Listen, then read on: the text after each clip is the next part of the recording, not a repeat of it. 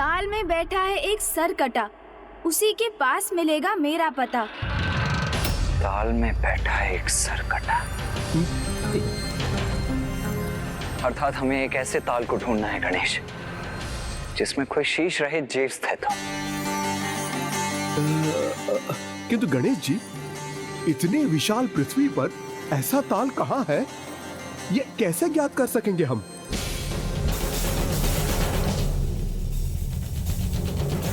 मयूर जी!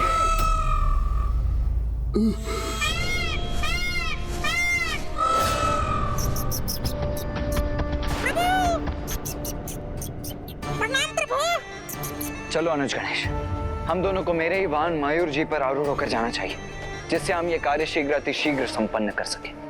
मूषक जी, आप कुबेर जी के साथ आ जाइए।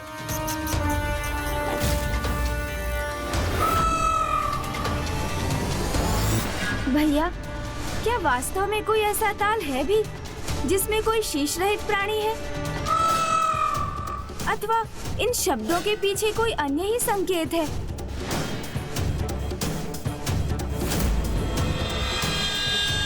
अनुज गणेश, वो देखो, वहां एक ताल दिखाई दे रहा है जिसके मध्य में कुछ है भी। चलो वहीं जाकर देखते हैं।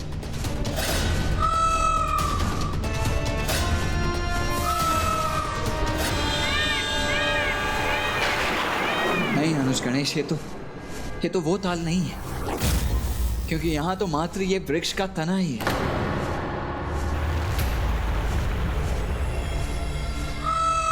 अर्थात ये वो स्थान नहीं है अनुज जहां हमें हमारी पहेली का हल प्राप्त होगा।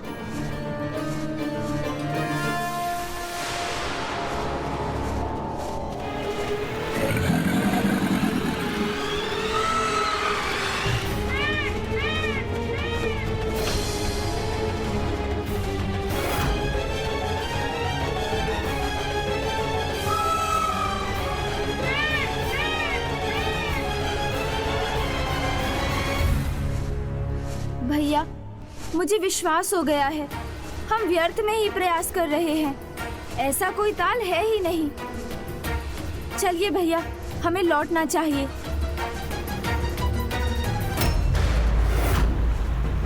नहीं अनुज गणेश, इस प्रकार निराश होना उचित नहीं है।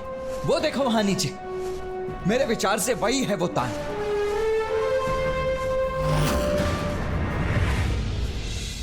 हाँ भैया। आओ अनुज गणेश, मुझे ऐसा प्रतीत हो रहा है कि हमारे प्रश्नों का उत्तर हमें यहीं प्राप्त होगा।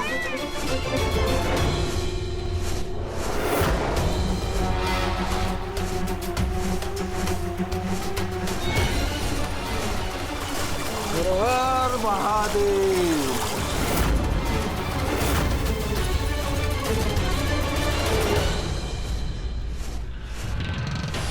भैया, इस प्रकार और समय व्यर्थ नहीं करना चाहिए हमें।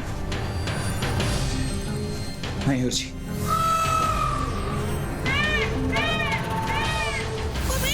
जब स्वयं प्रभु प्रयास कर रहे हैं तो आपको चिंता करने की कोई आवश्यकता नहीं है।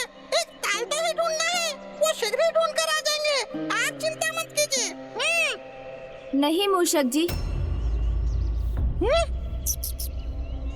मूषक जी, इस पहेली के शब्दों की सरलता पर मत जाइए, क्योंकि ये पहेली उतनी सरल तो कदापि नहीं।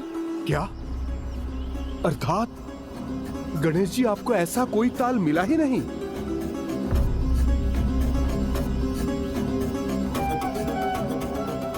अर्थात हम दोनों से ही बड़ा दोष हुआ है गणेश जी। मैं महादेव द्वारा प्रदान किए हुए धन की सुरक्षा करने में असमर्थ रहा और आप माता लक्ष्मी को दिया हुआ वचन पूर्ण न कर सके। तो अब हम दोनों को इसका क्या परिणाम भुगतना होगा, उसकी तो कल्पना करना भी कठिन है मेरे लिए। अपनी इस अत्यधिक चिंता को शांत कीजिए कुबेर जी। यदि समस्या है तो उसका समाधान भी अवश्य होगा। तो बस अब उस समाधान को ढूंढना ही शेष है। अवश्य गणेश जी,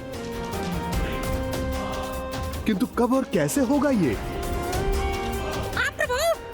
आप तो संपूर्ण पृथ्वी की परिक्रमा भी करके आ गए और उस स्थल को ढूंढने में असमर्थ रहे।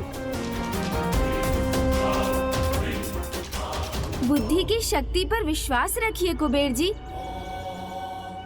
मुझे अपनी बुद्धि का प्रयोग कर तनिक विचार तो कर लेने दीजिए।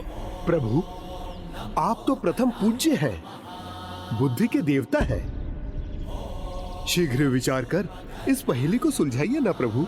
कुबेर जी, जिस प्रकार वायु के प्रवाह के बिना वृक्ष का पत्र उड़ान नहीं भर सकता, बिना जल के बहाव के नौका गतिशील नहीं हो सकती, तो बिना उसको प्राप्त किए मैं भी भला कैसे विचार कर सकता हूँ?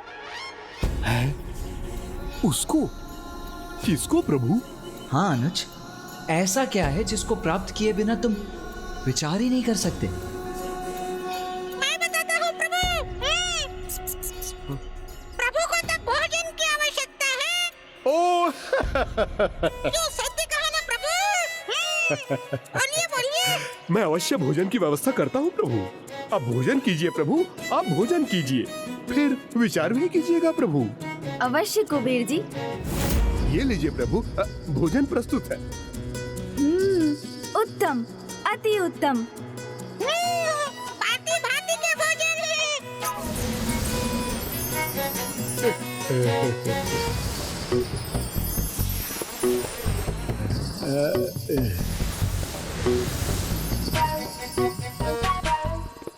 इतना शीघ्र सब कुछ समाप्त कर दिया प्रभु।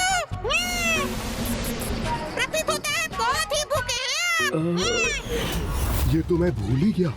यदि गणेश जी की भूख शांत नहीं हुई तो मेरी क्या दशा होने वाली है, क्योंकि पूर्व में मैं इसी कारण इनका भोजन बनते बनते बचा। कुछ अनर्थ हो, इससे पूर्व मुझे गणेश जी की भोजन संतुष्टि का पूर्ण ध्यान रखना होगा।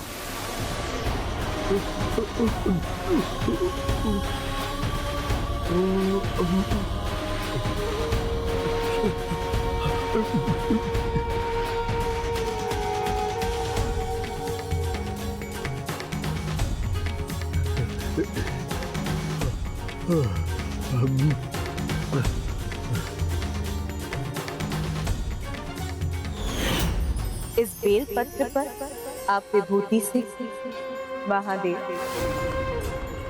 और मेरा नाम लिखकर मेरे पुत्र गजानन को खिला दीजिए। इसको खाते उसकी भूख अवश्य मिट जाएगी।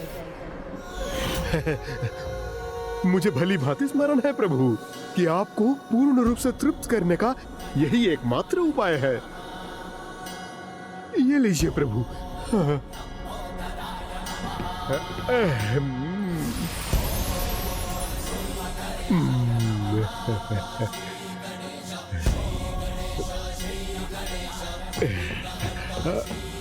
आहा, आनंद आ गया। अत्यंत स्वादिष्ट था ये भोजन। आहा, बहुत आनंद आया।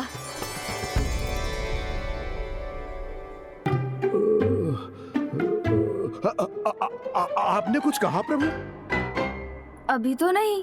नहीं।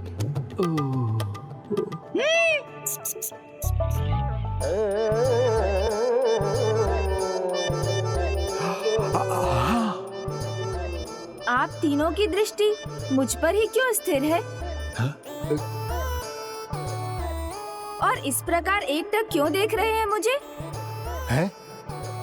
प्रभु, अभी आप ही ने तो कहा था कि भोजन के उपरांत आपकी बुद्धि क्रियाशील हो जाएगी। आप विचार करेंगे और इस पहेली का समाधान निकालेंगे। तो बताइए प्रभु, कोई समाधान मिला? हम उसी की प्रतीक्षा कर रहे हैं प्रभु।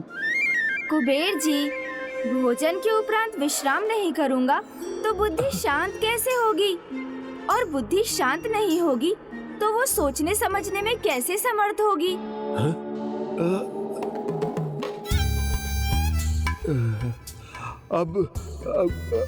अब ये विश्राम भी करेंगे। उचित है, उचित है।